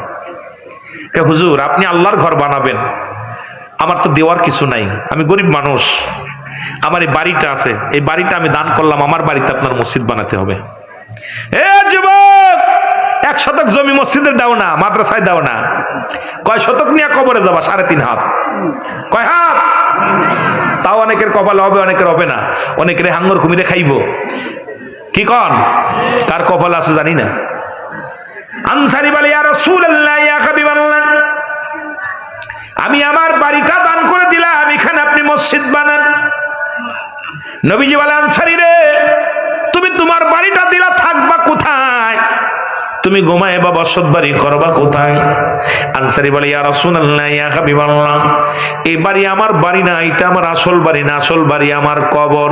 সুতরাং দুনিয়ার বাড়ি আমার মাওলার জন্য দান করে দিয়ে গেলাম।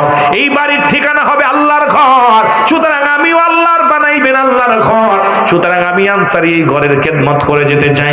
ইয়া রাসূলুল্লাহ, ইয়া হাবিবাল্লাহ, আপনি আর না বলবেন না, আমার বাড়িটা আপনি নিবেন কি না আগে বলেন। আমার নবী চোখের পানিগুলো ফেলে বলে, আনসারী রে, তুমি আমার মাওলাকে এত ভালোবাসো, তোমার নবীর এত ভালোবাসো। আনসারী বলে, ইয়া রাসূলুল্লাহ, বাঁচবানে আর কতদিন? কারণ দুনিয়ার জিন্দেগির বাড়ির দরকার নাই। আজকে আপনার বাড়ি টাইলস হয়, আপনার বাড়ি বড় তিনতলা হয়, দোতলা হয়, মসজিদ কেন হয় না? মসজিদের জন্য কেন চাওয়া লাগবে? কারণ ওইটা তো আপনার আসল বাড়ি না, আসল বাড়ি হলো কবরের বাড়ি। কবরের বাড়ি ঠিক করতে লাগলে নামাজ পড়তে হবে, হালাল খাইতে হবে, সুদ ঘুষ ছাড়তে হবে, জিনা ব্যভিচার বাদ দিতে হবে যদি ওই বাড়ি ভালো বানাইতে হয়। আর বাড়ি বানাইয়া সুন্দর টাইলস দিয়া, সুন্দর এসি বানাইলা, সুন্দর করলা, আর আল্লাহর ঘরের জন্য ভিক্ষা করা লাগবে। কারণ কি রে বাবা, এটা আমার মাওলার ঘর, যে ঘরের ঠিকানা একমাত্র আমার আল্লাহ। জোরে বলেন ঠিক কিনা? নবীজি বলেন, নিলাম তোমার বাড়িটা, নিলাম তোমার বাড়িটা। নবী বললেন, ও সাহাবীরা, এখন বাড়ি তো পাই, জমি তো পাইলাম, মসজিদ বানানোর জমি পাইলাম, এখন তো কাঠকুটির দরকার, সামিয়ানা বিছানার দরকার, বিছনাপত্রের দরকার, খুঁটির দরকার। সাহাবীরা যেখানতে যে অবস্থায় ছিলেন, কেউ বা আনে খাজুরের ডাল নিয়ে আসে, কেউ বা খাজুর গাছ কেটে নিয়ে আসে, কেউ বা বড় বড় পাথর নিয়ে রাসূলুল্লাহর কাছে রওনা হয়ে গেলেন। সবাই কয়, ইয়া রাসূলুল্লাহ, ইয়া হাবিবাল্লাহ, যেগুলো ছিল সবাই তার নিজ নিজ জায়গা থেকে সহযোগিতা করা শুরু করলো। আমার রাসূল সুন্দর একটা মসজিদ বানাইলেন। কার ঘর? আল্লাহ। এরা যারা বলেন কার?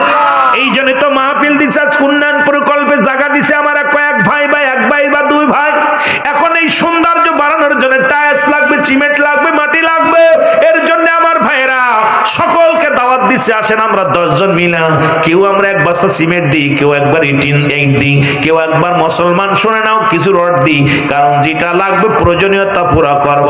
আমিও আল্লাহর মসজিদও আল্লাহর, এই আল্লাহর জন্য দেওয়া লাগবে কি লাগবে না?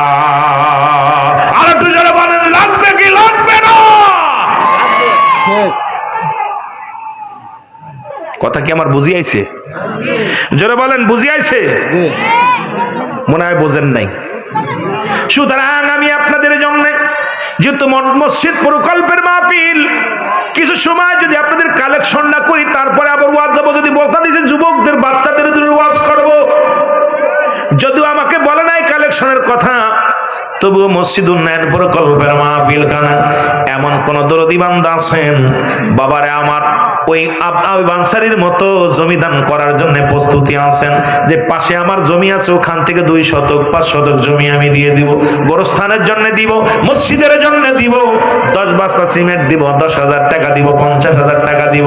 এমন কোন দরদি বান্দা থাকলে একটু হাতটা উঠায় বলবেন। রুহুল আমিন ভাই আগের বক্ত উঠাইছে, এখন আমরা উঠাইতে চাই, কারণ আমরা বড় আশা করে আসছি। আল্লাহ